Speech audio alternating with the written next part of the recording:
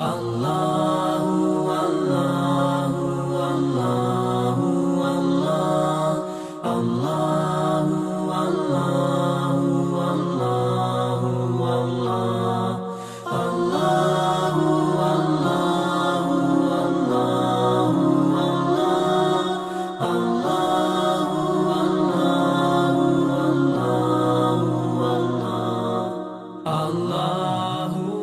اعوذ بک من همزات الشیاطین واعوذ بک رب ان یحضرون بسم اللہ الرحمن الرحیم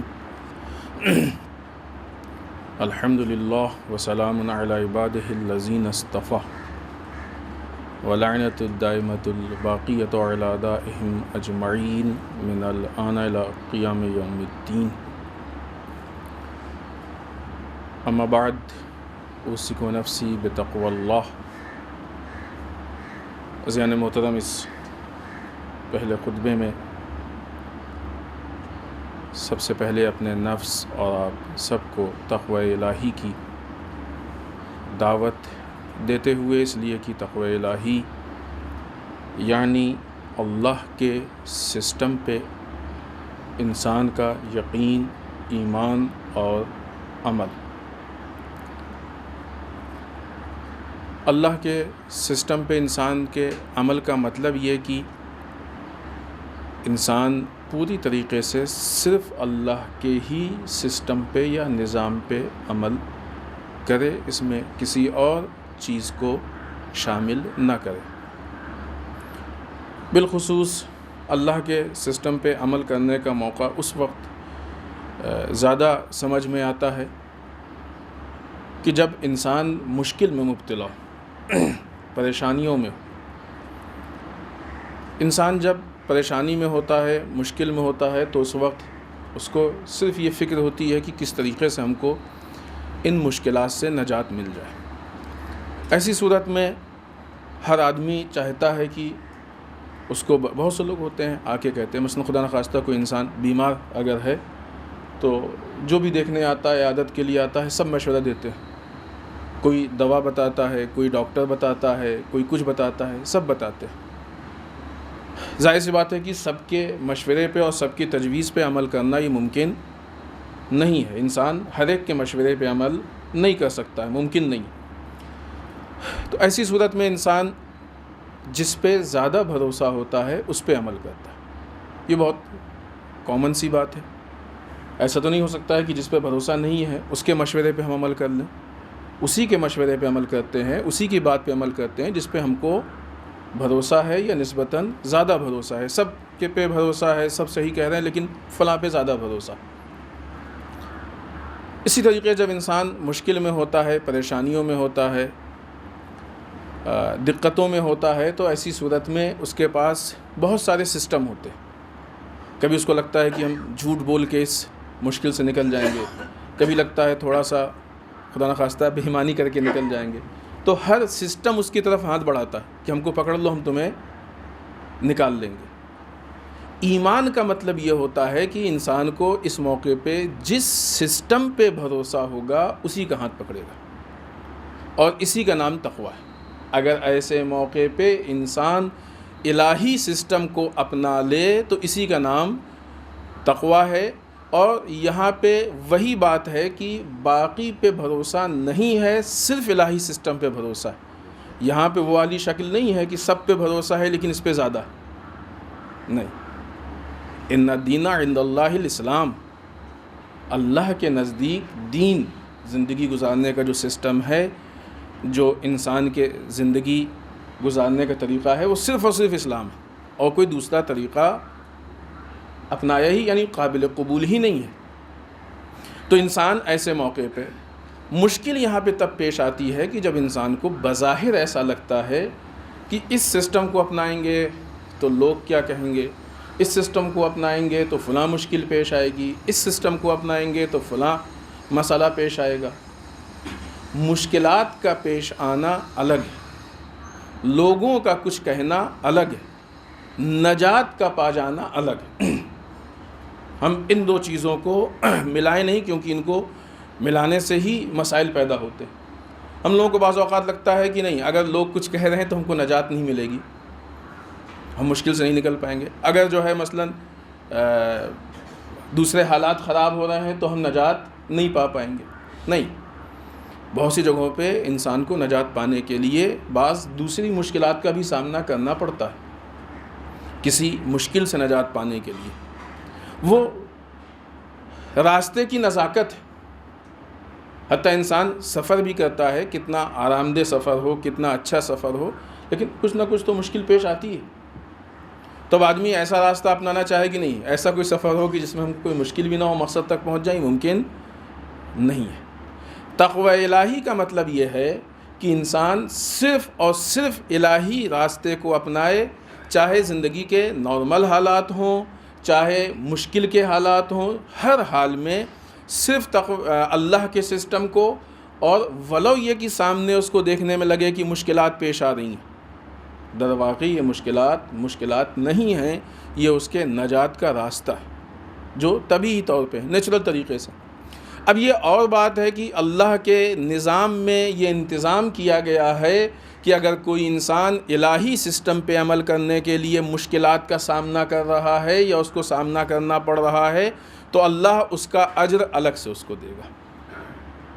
یہ الہی سسٹم میں اللہ کی طرف سے اپنے بندوں کے لیے بہترین انتظام ہے کہ اس کا انتظام، اگر انسان ان مشکلات کو برداشت کر رہا ہے تو اللہ اس کا اجر اس کو الگ سے دے گا. تو ہم کو نجات بھی مل رہی ہے اور راستے پہ چلنے کا ہم کو اجر بھی مل رہا ہے. تو در واقع جس کو ہم مشکل سمجھ رہے ہیں وہ در واقع آسانی، وہ در واقع سہولیت. لہٰذا تقوی الہی یعنی ہر حال میں اللہ کے سسٹم کو اپنانا. دو پہلو ہیں، خب آج صرف ایک ہی پہلو پہ بات کریں گے، دوسرے پہ انشاءاللہ پھر کبھی.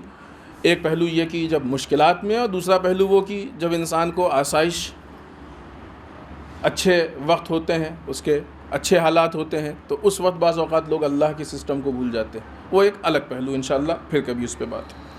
آئیے اس کے بعد امیر بیان مولا متقیان حضرت علی ابن ابی طالب علیہ الصلاۃ والسلام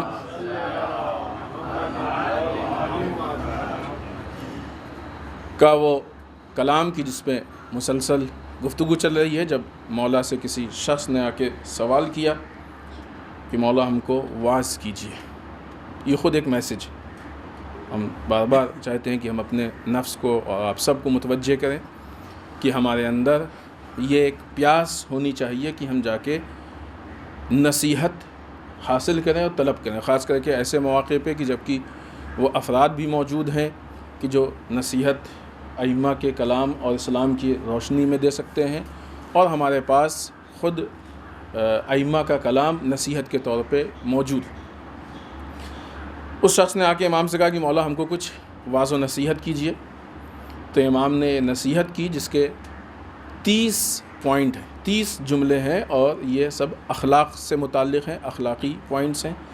ایک ایک کر کے ان میں ہر ہفتے گفتگو ہو رہی ہے. آج 22ویں پوائنٹ پہ گفتگو ہوگی انشاءاللہ. اس سارے گفتگو، اس کی نزاکت بھی یہی ہے کہ مولا نے کہا دیکھو خبردار ایسے لوگوں میں سے نہ ہو جانا. 21 پوائنٹ ہم لوگ اس پہ گفتگو کر چکے ہیں کہ ہم کو ایسا نہیں ہونا. آج 22ویں پوائنٹ پہ ہم لوگ گفتگو کر رہے ہیں کہ ہم کو ایسا نہیں ہونا.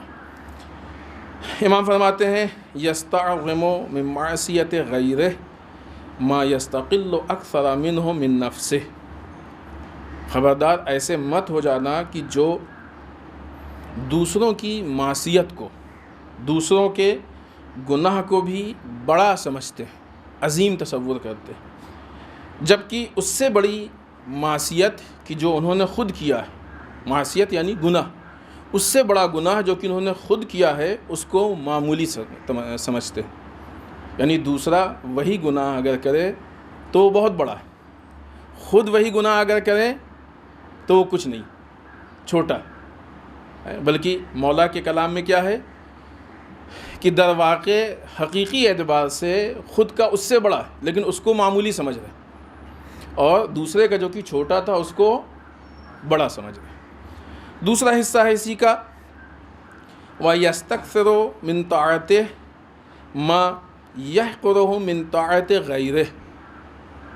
اپنی اطاعت کو جو خود اللہ کی اطاعت کر رہے ہیں اگرچہ وہ معمولی ہے، تھوڑی سی ہے، اس کو بڑا سمجھتے ہیں، جبکہ دوسروں کی اطاعت کی جو واقع اس سے زیادہ ہے، اس سے کثیر ہے، اس سے بڑی ہے، اس کو کم سمجھتے ہیں، حقیر سمجھتے ہیں، چھوٹا سمجھتے ہیں۔ دو پہلو ہو گئے، ایک گناہ کا ہو گیا کہ دوسروں کا گناہ ولو یہ کہ چھوٹا ہو بڑا ہے، اور اپنا گناہ ولو یہ کہ بڑا ہو تو اس کو چھوٹا سمجھتے۔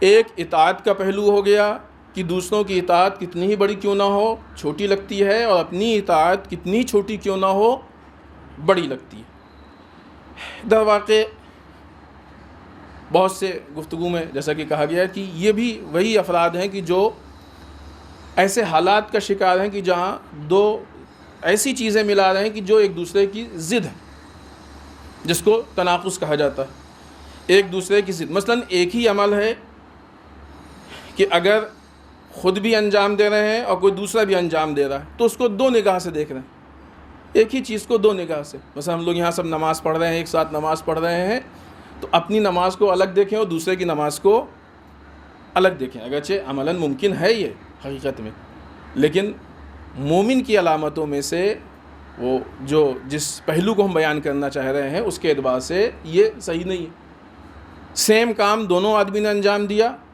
اپنے کو بڑا سمجھ رہے ہیں، دوسرے کو چھوٹا، تو ایک ہی عمل کو دو نگاہ سے دیکھ رہے ہیں۔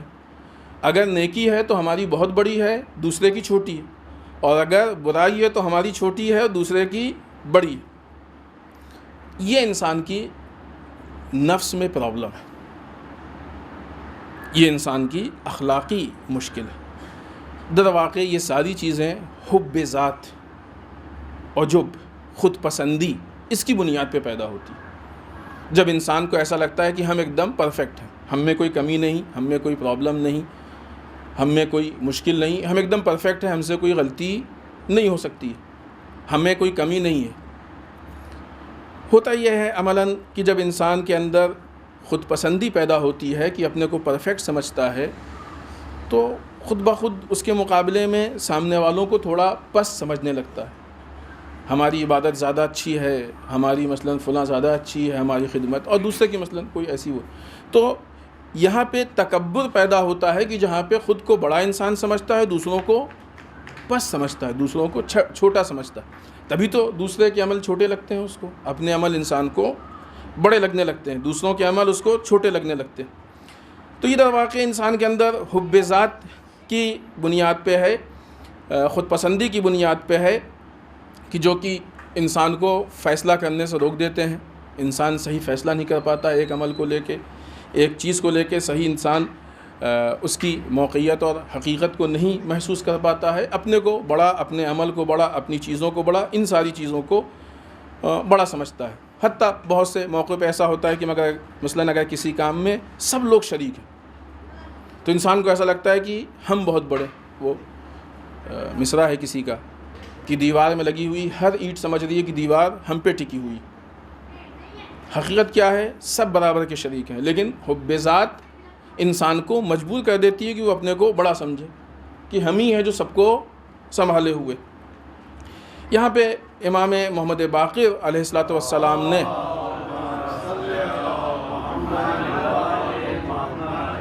ایک حدیث جو کہ رسول اللہ صلی اللہ علیہ وآلہ وسلم سے نقل کی ہے،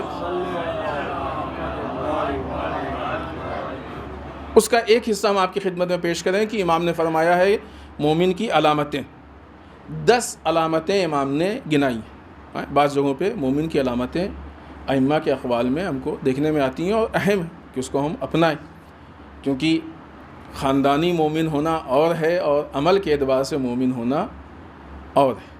شیعہ گھرانے میں، مسلمان گھرانے میں پیدا ہو جانا ٹھیک ہے، ہمارے لیے خوش بختی ہے، خوش نصیبی، لیکن ہم کیا ہیں؟ روز محشر یہ ہمارے عمل کے آئینے میں دیکھا جائے گا، ہمارے پریکٹیکل لائف کے آئینے میں دیکھا جائے گا۔ امام فرماتے ہیں مومن کی علامت ہے یہ، مومن کو ایسا ہونا چاہیے، یستکثر قلیل الخیر من غیرہ ویستقل کثیر الخیر من نفسہ، دوسرے کی نیکی، اچھائی، خیر اگرچہ قلیل ہی کیوں نہ ہو، اس کو انسان بڑا محسوس کرے، دوسرا اگر کوئی کار خیر چھوٹا ہی انجام کیوں نہ دے رہا ہو، انسان اس کو بڑا محسوس کرے، اور اس کے مقابلے میں خود نے کوئی بڑی نیکی کیوں نہ انجام دی ہو اس کو چھوٹا سمجھے. کیونکہ انسان کی شرافت، انسان کی انکساری یہ ہے کہ ہمیشہ اپنے کام کو چھوٹا سمجھتا ہے. حتیٰ اگر سامنے والا بھی کہے کہ ماشاءاللہ کیا کہنا، آپ نے تو بہت بڑا کام کر دیا، اور آپ نے نہیں ایسا مت کہیے، ہم نے کچھ نہیں کیا، یہ تو اللہ کی توفیق تھی کہ جو اس نے ہم سے مثلا یہ خدمت لے لی، ہم نے کچھ نہیں کیا، یہ چھوٹا سا کام ہے. کیا در واقع اپنے کار خیر کے دوسرے کے لیے کہ ماشاءاللہ اس نے بہت اچھا کام کیا، یہ مومن کی علامت ہے. کہ دوسرے اس کے پیچھے ریزن بھی ہے، ابھی وقت اتنا نہیں رہ گیا ہے، لیکن ہم انشاءاللہ کبھی تفصیلی گفتگو ہوئی تو ہم بیان کریں گے. اس کے پیچھے ریزن بھی ہے، کیونکہ انسان کو دوسرے کی جو نیکی دکھتی ہے وہ نیکی دکھتی ہے، لیکن جب اپنی نیکی دکھتی ہے تو اس کے جو بھی آس پاس جو چیزیں ہیں، اخلاص، نیت، حالات، وجہ، ریزن، بہت ساری چیزیں دکھتی ہیں. ہو سکتا ہے کہ بعض اوقات انسان کو اگر معلوم ہو کہ اس نیکی کے پیچھے ہمارے ذہن میں فلاں ریزن ہے کہ جس میں للہیت نہیں، تو پھر ہمارا تو کار خیری نہیں ہوا ہے، ہم نے تو اس کو اپنے لیے انجام دیا ہے. ایسی بہت ساری چیزیں میں اس کی یہ تفصیلی چیز انشاءاللہ کسی موقع پہ ہم اس کو تفصیل سے آپ کی خدمت میں عرض کریں گے. لہٰذا مومن کی علامت یہ ہے کہ کار خیر اگر دوسرا انجام دے تو اس کو بڑا سمجھے، اور خود انجام دے تو اس کو چھوٹا سمجھے. اور اسی طریقے سے کہ ہر وہ کار خیر کی جس کو مومن انجام دے، کوشش یہی کرے کہ سوائے اس کے اللہ کے کوئی اور اس کو نہ جانے. یہ باتیں تھیوری کے اعتبار سے تو ہیں، بعض اوقات ہوتا ہے نا کہ ہم نے فلاں کام کیا، کسی سے بتائیے گا نہیں، ہم نے فلاں کام کیا کسی سے بتائیے گا. کیا کر رہے ہیں آپ؟ یہ جو کہہ رہے ہیں نہ بتائیے گا، اپنی ہی بات کی نافرمانی خود ہی کر رہے ہیں.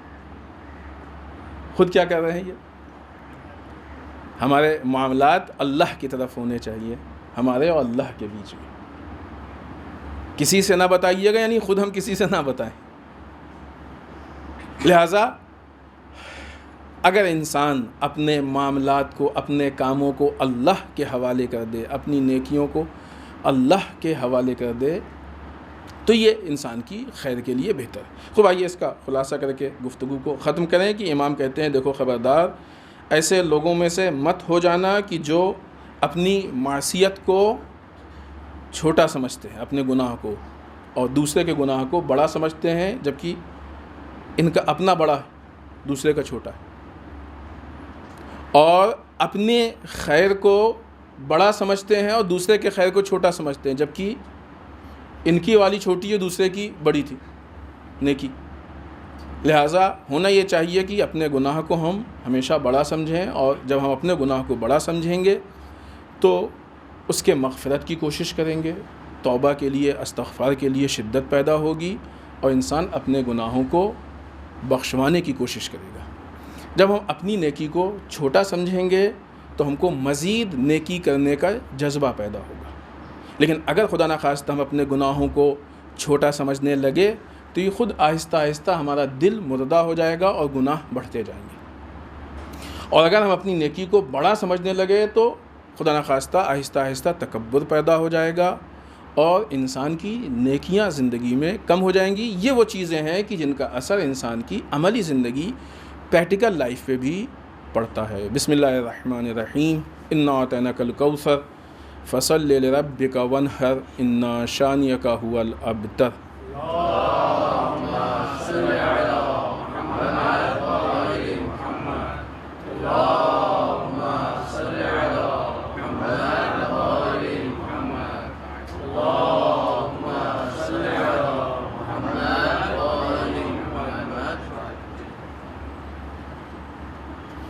رب اعوذ بک من ھمزات الشیاطین واعوذ بک رب ان یحضرون.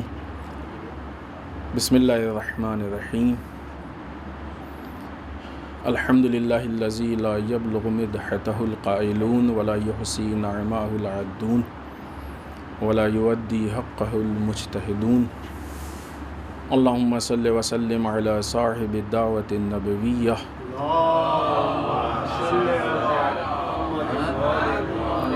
وصولة الحیدریہ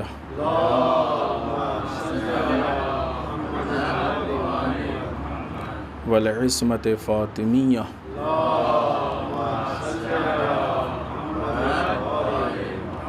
والحلم الحسنیہ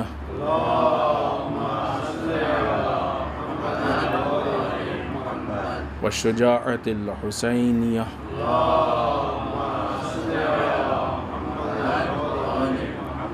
والعبادة السجادیہ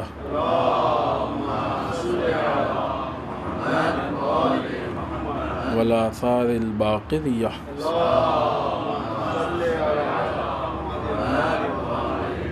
والماثر الجعفریہ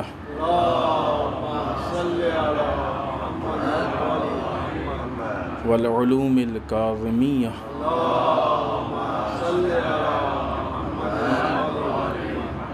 والرضاء الرضویہ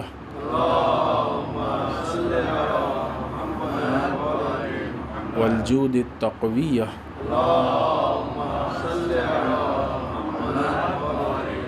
والنقاوة النقویہ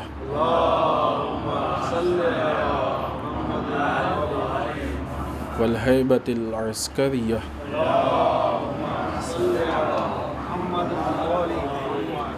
والغیبة الہیہ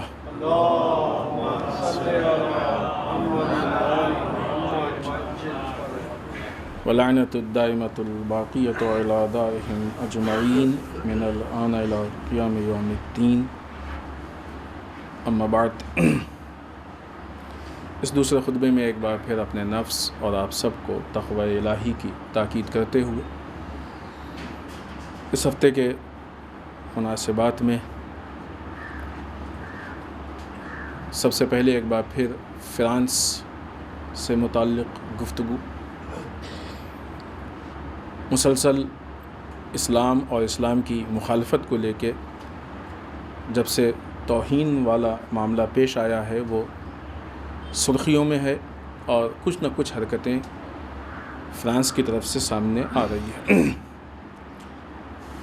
اسلاموفوبیا کو بڑھانے میں فرانس پوری کوشش کر رہا ہے، اور ایک چیز پچھلے ہفتے جو ذکر کی تھی اسی سے متعلق ہے کہ جو سامنے آ رہی ہے، اور بلکہ اس میں اضافہ بھی ہے۔ فرانس کی حکومت نے یہ طے کیا ہے کہ فرانس میں 76 مسجدوں کی تلاشی لی جائے گی۔ یہ تلاشی اور بالخصوص اس عنوان سے یہ خود ایک ایسی چیز ہے کہ جو لوگوں کے ذہن میں غلط فکر پیدا کر رہی ہے، اور پھر یہ کہہ کے کہ ایسا لگتا ہے کہ بعض مسجدوں میں کچھ ایسی مشکوک چیزیں ہیں کہ جو چھپی ہوئی ہیں۔ ان میں سے 16 مسجدیں پیرس کی ہیں اور باقی 60 مسجدیں دوسرے علاقوں کی ہیں۔ ہمیں لگتا ہے کہ عالمی پیمانے پہ جو فرانس کی بھرپور مخالفت ہوئی تھی اور اس کا نقصان ہوا تھا، اس سے جو اس نے اپنی روش کو تبدیل کرنے کا ناٹک کیا تھا اس میں حقیقت اتنی نہیں تھی۔ وقتی طور پہ لوگوں کو خاموش کر کے اور پھر اس کے بعد اس نے اپنی پلاننگ آگے کے لیے کی تھی، اور شاید اس کو احساس صحیح سے نہیں ہو پایا ہے۔ ضرورت اس بات کی ہے کہ یہ لہر جو اس کے خلاف احتجاج کی تھی سوشل میڈیا پہ یا دوسرے طریقے سے، اس کو کم رنگ نہیں ہونا چاہیے، تاکہ وہ جو مسائل اور مشکلات کو پیدا کر رہا ہے، یہ مشکلات دو طرح سے ہیں۔ ایک تو وہ جو وہاں پہ ہیں مسلمان مومنین، ان کے لیے تو ہے یہ مشکل کہ ان کو شک کی نگاہ سے ابھی یہ ساری چیزیں جب وہاں پیدا ہوں گی تو خود مسجدوں کی تلاشی گورنمنٹ کے سامنے ساری چیزیں خود وہ مشکل ہوگی۔ پھر اس کے بعد جب وہاں پہ میڈیا میں ساری باتیں ہوں گی تو وہاں کے مسلمان جب وہاں کی عوام کے سامنے ایک مشکوک نگاہ سے دیکھے جائیں گے۔ نہیں، یہاں جیسے اگرچہ یہاں کا یہ میڈیا اتنا سکسیز نہیں ہوا ہے، لیکن بعض احمق قسم کے لوگ جو جھوٹے میڈیا کی بات کو مان لیتے ہیں تو وہ بعض اوقات ایسی کرتے ہیں نا کہ لوگوں کو مشکوک نگاہ سے دیکھتے ہیں۔ تو وہاں پہ بھی یہ چیز پیدا ہونے والی ہے اگر یہ حالات ایسے ہی باقی رہے تو۔ لیکن اس کے ساتھ ساتھ جو اس سے بڑا مسئلہ ہے وہ یہ کہ انٹرنیشنل لیول پہ، عالمی پیمانے پہ خود اسلام کی توہین، اسلام کی بدنامی، یہ مزید بدتر مسئلہ ہے۔ اس طریقے سے مسجدوں کے خلاف لوگوں کے اندر نفرت پیدا کرنا، لوگوں کے اندر سوء ظن پیدا کرنا مسجدوں کے خلاف، یہ اس کی ایک ظاہراً پلاننگ میں سے لگ رہا ہے۔ اور اتنا ہی نہیں بلکہ وہ بات جو پچھلے ہفتے پیش کی تھی اسی کو آگے بڑھا کے کہ مسجدوں میں نماز پڑھانے والوں کے لیے بھی، جو امام ہوں گے مسجد کے لیے، ان کے لیے بھی قانون بن رہا ہے، اور عنقریب وہ لوگ اس قانون کو بنا کے اس پہ عمل شروع کر دیں گے۔ نیوز میں ہے، وہ تاریخیں بھی موجود ہیں کہ کب سے وہ کیا کیا شروع ہوگا، وہ پولیس کے حوالے ہو جائے گا۔ اصل مسئلہ یہ ہے کہ بہرحال یہ اسلام کے خلاف ایک سوچی سمجھی سازش ہے کہ جو بدترین، یعنی یوں کہا جائے کہ نہایت ذلیل حرکت ہے فرانس کے حکومت کی طرف سے، کیونکہ جو لوگ اصل اس کام کو انجام دیتے ہیں ان کو حقیقت معلوم ہوتی ہے۔ ایسا نہیں ہے کہ مثلاً وہ بیچارہ بس ایسے ہی غلط فہمی میں ہے، اس کو نہیں معلوم کیا ہے کیا نہیں۔ اس ٹائم تو دنیا میں کوئی نہیں کہہ سکتا غلط فہمی میں، کیونکہ انٹرنیشنل لیول پہ آتنکواد سے اگر لڑ رہے ہیں جو لوگ، تو ان کا تعلق ہم یہ نہیں کہہ رہے ہیں سارے مسلمان لڑ رہے ہیں آتنکواد سے۔ اب اتفاقاً آج بھی ایسی بات ہے کہ بعض ایسے بھی مسلمان ہیں جو اسرائیل جیسے آتنکوادیوں سے ملے بھی ہوئے ہیں، لیکن جو لڑنے والے ہیں وہ مسلمان ہیں۔ اور اس سے ہٹ کے آپ بتائیے کہ مثلا یہودی دنیا اور عیسائی دنیا میں سے کتنے لوگ ہیں کہ جو آتنکواد سے لڑ رہے ہیں۔ کی سب سے بڑی مثال کہ جس وقت داعش وجود میں آئے، داعش کو ختم کرنے والے کون لوگ ہیں؟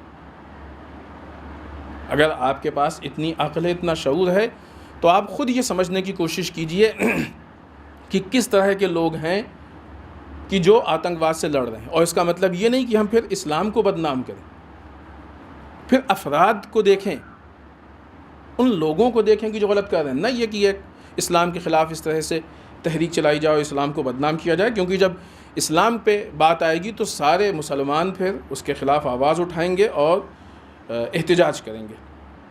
بہرحال فرانس کی ایک یہ کوشش ہے، اور انشاءاللہ جیسے اس سے پہلے کی کوشش میں وہ ذلیل ہوا تھا، اس میں بھی انشاءاللہ ذلیل ہوگا۔ اور ان لوگوں کے ہوش تب ٹھکانے لگتے ہیں، کیونکہ دیکھیں دنیا میں ہر طرح کا مزاج ہوتا ہے۔ جس کا مزاج دنیا پرست و مادی ہے، جب اس کو مادی ٹھوکر لگتی ہے تو اس کے سمجھ میں آتا ہے۔ جب ان کو اکنامیکل ٹھوکر لگی اور نقصان ہوا تو پھر ان کے سمجھ میں آیا تھا کیا پرابلم ہے، کیا مشکل ہے۔ جب عہدہ لگتا ہے خطرے میں ہے تو پھر سمجھ میں آتا ہے، تب ہوش میں بات آتی ہے۔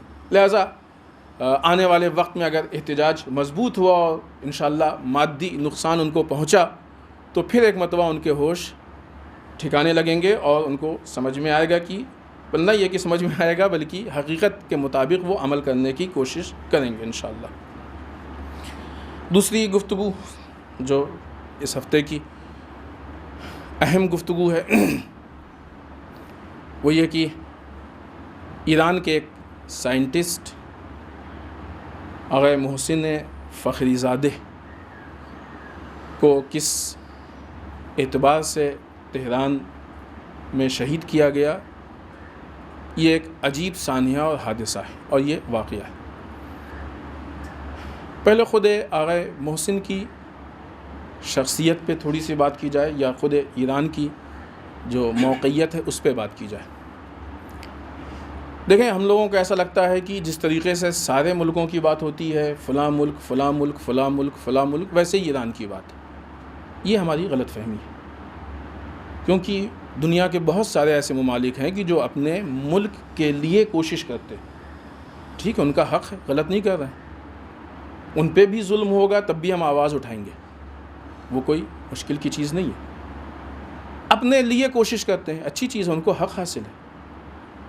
لیکن دنیا میں کچھ ایسی قومیں، کچھ ایسے ممالک ہیں کہ جو جہاں پہ اپنا دفاع کرتے ہیں وہیں پہ پوری دنیا کے ماحول اور انسانیت کے لیے بھی کوشش کرتے ہیں۔ مثلاً اگر ایران فلسطین کے لیے آواز اٹھا رہا ہے تو خب ملک کے اعتبار سے ایران کا کیا تعلق ہے؟ یمن کے لیے وہ ایک مظلوم کے حق میں آواز اٹھا رہا ہے، یعنی یہ گفتگو ایران یعنی ایک ملک کے سرحد میں محدود نہیں رہ گئی، یہاں پہ مسئلہ ایک فکر کا بن گیا. خب یہ ایک پہلو ہو گیا حمایت کا، مخالفت کا پہلو.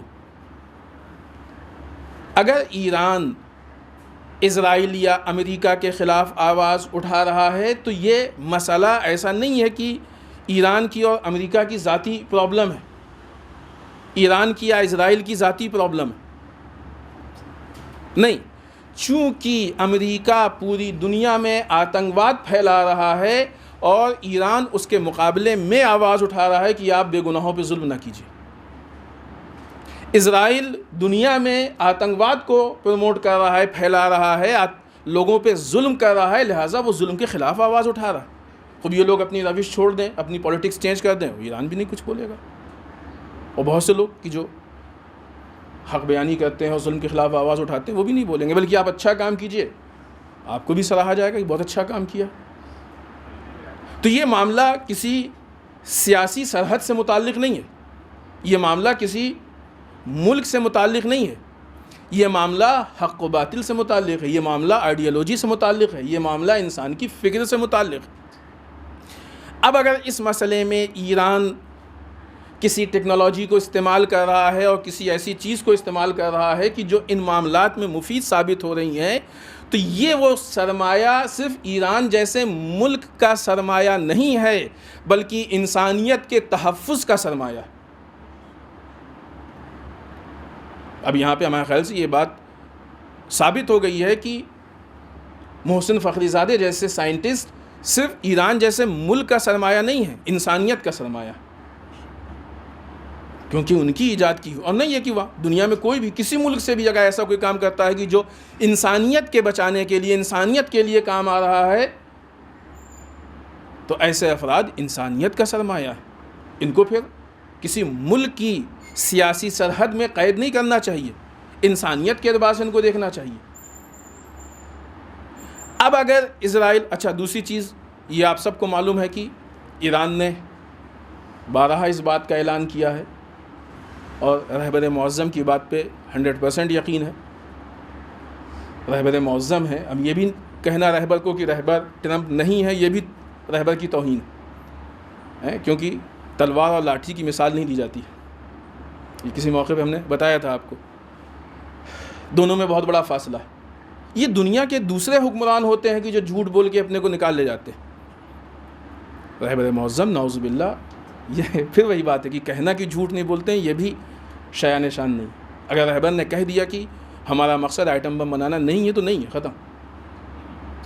اور اس چیز کو ہم آپ جتنا جانتے ہیں اس سے بہتر امریکہ اور اسرائیل جانتے ہیں، انہیں معلوم. رہبر کی بات پہ یقین ہے. یہی تو وجہ ہے نا جب رہبر نے کہہ دیا کہ 25 سال تب سے اسرائیل پریشان ہو گیا، یاد ہے کہ نہیں وہ اسٹیٹمنٹ؟ تو ان کو یقین ہے، زیادہ یقین ہے. لیکن بہرحال وہ پولیٹیکل ریزن ہے کہ جس کی وجہ سے یہ سارے حالات پیدا کیے جا رہے ہیں، مشکلات پیدا کیے جا رہے ہیں. تو یہ بھی معلوم ہے کہ آئٹم بم ایران میں نہیں بنے گا انشاءاللہ. اس کا ریزن بھی دیا رہبر نے، کیونکہ اس سے عوام الناس کو نقصان ہے وغیرہ وغیرہ، تو اس وجہ سے ہم اس کام کو نہیں کریں گے. یہ شرعاً ہمارے لیے جائز نہیں ہے. یہ وہ آدمی کہہ رہا ہے کہ جس نے اپنی زندگی میں مکروہ کام بھی نہیں انجام دیا.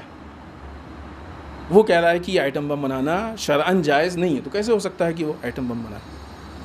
نہیں بنے گا. ان دونوں چیزوں کے باوجود اب اگر کوئی آغا محسن فخری زادے کے اوپر اٹیک کرتا ہے اور ان کو قتل کر دیتا ہے تو اب آپ سوچئے کہ وہ کتنا بڑا مجرم. اور نہ یہ کہ مجرم ہے وہ ایران کا مجرم نہیں ہے، وہ انسانیت کا مجرم ہے. آپ جائیے ہسٹری کو اٹھا کے دیکھیے کہ مغربی دنیا نے ہمیشہ اس بات کی کوشش کی ہے کہ سائنسداں، سائنٹسٹ انہی کے پاس رہیں. مشرقی دنیا میں بہت زیادہ سائنس کے اعتبار سے ترقی نہ ہونے پر یہ ایک تعصب رہا ہے، اور پوری اس کے اوپر تاریخ، کبھی موقع ہوا تو اس تفصیل کو ہم آپ کے سامنے پیش کریں گے. اس کے لیے کیسے کیسے ہتھ کنڈے اپنائے. حتیٰ وہ سائنسداں کہ جو مسلمان ہیں، چاہے وہ گزری ہوئی تاریخ میں تھے یا ماضی قریب میں رہے ہوں، ان کو بھی یا چھپانے کی کوشش کی ہے یا ان کے مذہب کو چھپانے کی کوشش کی گئی. ورنہ اگر ذرا سا بھی یہ احسان کو مانتے ہوتے تو سائنس تو ابھی کچھ دن پہلے اسی لاک ڈاؤن میں ایک اچھا پروگرام ہوا تھا کہ اہل بیت کے جو خدمات ہیں اس کے اوپر ویبینار ہوا تھا کہ سائنس کی دنیا میں کیا خدمات ہیں، اور ایک سے ایک نام نکل کے آئے. تو اس کے علاوہ بہت سارے نام ہیں اس مسئلے میں. جناب جابر بن حیان کا نام، امام صادق علیہ السلام کے دوسرے اور بعض شاگرد کا نام، اور بھی بہت سارے سائنسداں ہیں کہ جنہوں نے اہل بیت سے کسب فیض کیا اور یہ سارے کام کیے. تو یہ خود ایک ریزن ہے. اب ان ساری چیزوں کے بعد اس وقت دنیا میں آغا محسن فخری زادے کے متعلق جو باتیں سامنے آ رہی ہیں وہ یہ کہ ان کے قتل کے پیچھے اسرائیل کا ہاتھ ہے. کسی دوسرے کے ملک میں گھس کے بغیر کسی ریزن اور بغیر کسی وجہ کے روڈ پہ اس کے ایک معزز باشندے کو کہ جو کہ اس کا سرمایہ ہو اس طریقے سے گولیوں سے بھون دینا، بلاسٹ کر دینا، یہ کہاں کی انسانیت ہے؟ اسرائیل ایک آتنکوادی ملک ہے. اس نے ہمیشہ دنیا میں آتنکواد پھیلایا ہے کیونکہ اس کا ہدف یہ ہے کہ پوری دنیا پہ حکومت کرنا ہے، اور اس کے اندر یہ صلاحیت نہیں پائی جاتی کہ وہ حکومت کر سکے. لہٰذا وہ 2 نمبر کے راستے کو استعمال کر رہا ہے، باطل راستوں کو استعمال کر رہا ہے، غلط راستوں کو استعمال کر رہا ہے. آج بعض اوقات خود آپ دیکھیں، اس سے پہلے نیتن یاہو نے بھی اس طرف اشارہ کیا تھا آغا محسن فخری زادے کی طرف. یہ چیز نیوز میں اس ٹائم سامنے آ رہی ہے. یہ بات بھی سامنے آئی ہے کہ کئی مرتبہ اس سے پہلے بھی کوشش کی گئی لیکن حملے میں ناکام رہے. اور ابھی ایک نیوز کے مطابق زائونزم ریاست کے ریٹائرڈ جنرل کا اعتراف ہے کہ ایران کے جوہری اور دفاعی سائنسدان کو ایک پیچیدہ کارروائی کے ذریعے ٹارگٹ کلنگ کا نشانہ بنایا گیا. تو یہ چیزیں سامنے ہیں کہ جس سے یہ بات کافی حد تک واضح ہے کہ یہ کام اسرائیل کا ہے. یہاں پہ یہ بھی سمجھ میں آتا ہے، تمہارا یہ دعویٰ ہے نا کہ سائنس پہ تمہارا کنٹرول ہے، فلاں پہ تمہارا کنٹرول ہے. خود جب تمہارے پاس کنٹرول ہے، تمہارے پاس علم ہے، سب کچھ ہے، تو تم دوسروں کو کیوں مار رہے ہو؟ تم اپنی صلاحیتوں کو سامنے لاؤ. اس کا مطلب یہ ہے کہ تم کو اپنے والوں پہ بھروسہ نہیں، تم کو اپنے والوں پہ یقین نہیں ہے. عزیزان محترم، ان کی حقیقت ہی یہی ہے. آج آغا قاسم سلیمانی کی شہادت کے 1 سال ہونے کو نزدیک ہے نا. ابھی یہ دسمبر کا مہینہ ختم ہو جائے گا، 1 سال ہو جائے گا. جنوری کے شروع میں ہی شہید ہوئے. 1 سال ختم ہونے سے پہلے یہ دوسرا سانحہ سامنے آ گیا. اور یہ 1 سال گزرنے کے بعد اب تک آپ یقین نہ ہو جا کے آپ تجربہ کر لیجئے گا. سوشل میڈیا خاص کر کے فیس بک پہ آپ آغا قاسم سلیمانی سے متعلق پوسٹ ڈالیے، آپ دیکھیے فوراً وہاں سے آپ کو اختیاری آ جاتا ہے. 2-4 پوسٹ ڈال دیجئے تو آپ کا اکاؤنٹ، آپ کا پیج جو ہے وہ کچھ دنوں کے لیے بلاک ہو جائے گا، اور ہو سکتا ہے کہ 2-3 مرتبہ بلاک ہو تو پھر ختم ہو جائے گا. ہوا ہے، کوئی کسی کو لگتا ہے یہ بات غلط ہے تو آگے ہم سے ہمارے پاس دلائل موجود ہیں، ثبوت موجود ہے ہمارے پاس. یہ وہ قوم ہے، یہ وہ لوگ ہیں کہ جو ایک شہید ہونے کے بعد بھی مرے ہوئے قاسم سلیمانی سے اتنا ڈرتے ہیں. تو اب اگر وہ زندہ محسن فخری زادے سے ڈریں تو کوئی تعجب کی بات نہیں. اور اس سے یہ معلوم ہوتا ہے کہ جن ممالک کو دنیا سپر پاور کہتی ہے وہ کتنے کمزور ہیں، کتنے ذلیل ہیں اور کتنے پست ہیں. چاہے وہ امریکہ ہو، چاہے وہ اسرائیل، کمزور ہے. حسن نصر اللہ نے غلط نہیں کہا تھا کہ اسرائیل کی حقیقت یہ ہے کہ وہ مکڑی کے جالے سے زیادہ کمزور ہے. اگر وہ اپنے یہاں بیٹھ کے ایران کے سائنسداں سے ڈر رہا ہے تو واقعی پھر وہ مکڑی کے جالے سے زیادہ کمزور ہے. یہ حقیقت حال ہے. وقت ختم ہو رہا ہے، 1-2 چیزیں اور بہت جلدی سے عرض کریں. سعودیہ حکومت نے قطیف میں ایک مسجد امام حسین علیہ السلام کو گرانے کا حکم دیا ہے.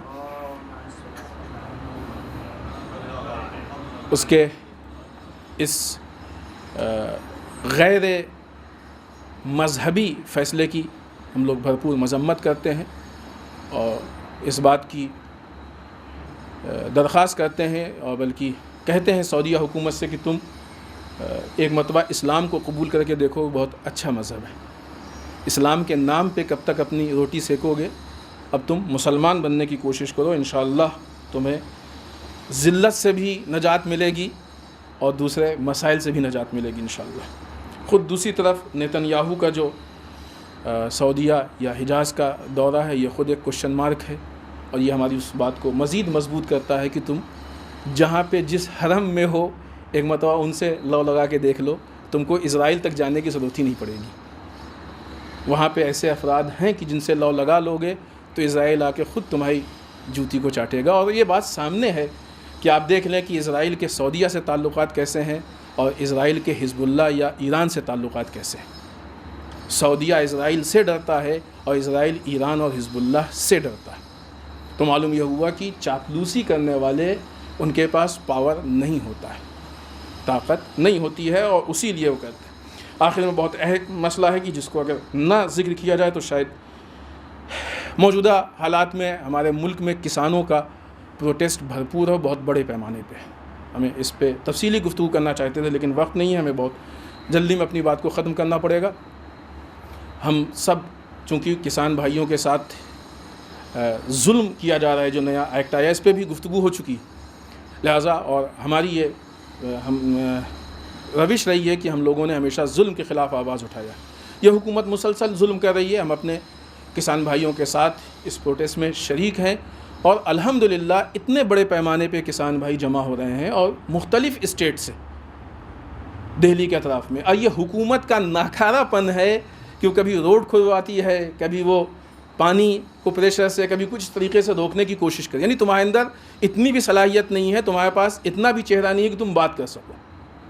مسلسل میٹنگ پہ میٹنگ ہو رہی ہے اور مسائل پیش آ رہے ہیں، لیکن اتنے بڑے پروٹیسٹ کا نتیجہ صرف کسان ایکٹ پہ گفتگو، یہ شاید اس طاقت کا کم استعمال ہے۔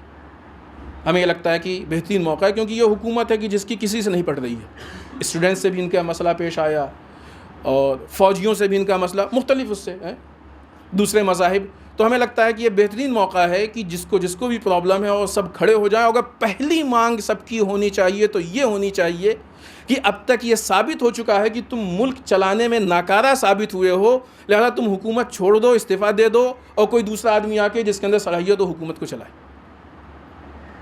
یہ بہترین اور پہلی ڈیمانڈ ہونی چاہیے، کیونکہ ہم کس کے لیے ایک ایک چیز کے لڑیں گے؟ یہ نہ کرو، وہ نہ کرو، وہ نہ کرو، وہ نہ کرو۔ خوب اتنا سب اگر مان بھی لیا ہے تو کون گارنٹی لیتا ہے کہ جو کل کریں گے وہ صحیح ہوگا؟ ملک بکا جا رہا ہے، دوسرے ممالک قبضہ کیے لے رہے ہیں، ہمارے جوان مارے جا رہے ہیں، فساد پیدا ہو رہا ہے، مذہبی فیلنگز پیدا، کس چیز کے معاملے میں بات کی جائے گی؟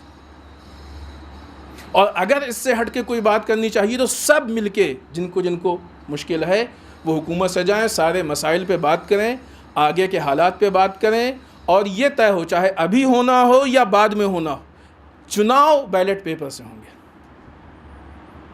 تاکہ حقیقت کھل کے سامنے آ جائے کہ کس کو حکومت ابھی سمجھ میں نہیں آتا ہے کہ پورے ہندوستان سے لوگ، ہر فرقے اور ہر طرح کے لوگ ان کے خلاف ہیں، لیکن جب ووٹ ہوتا ہے تو بہومت ان کا، جہاں جیتتے ہیں تو وہاں تو بظاہر جیتتے ہی جیتتے ہیں، جہاں ہارتے ہیں وہاں بھی خرید کے جیت جاتے ہیں۔ تو یہ جو عجیب روش چل رہی ہے، اس روش کو حل کرنا یہ ہم سب کی ذمہ داری ہے اور بہت اہم ہے، ورنہ ہمارا ملک بہت تیزی سے کمزوری کی طرف جا رہا ہے، کہ جس کا باہر کے ممالک خدا نخواستہ آنے والے وقت میں فائدہ اٹھائیں گے، کہ جس کا جبران، جس کی بھرپائی مشکل یا ناممکن ہوگی۔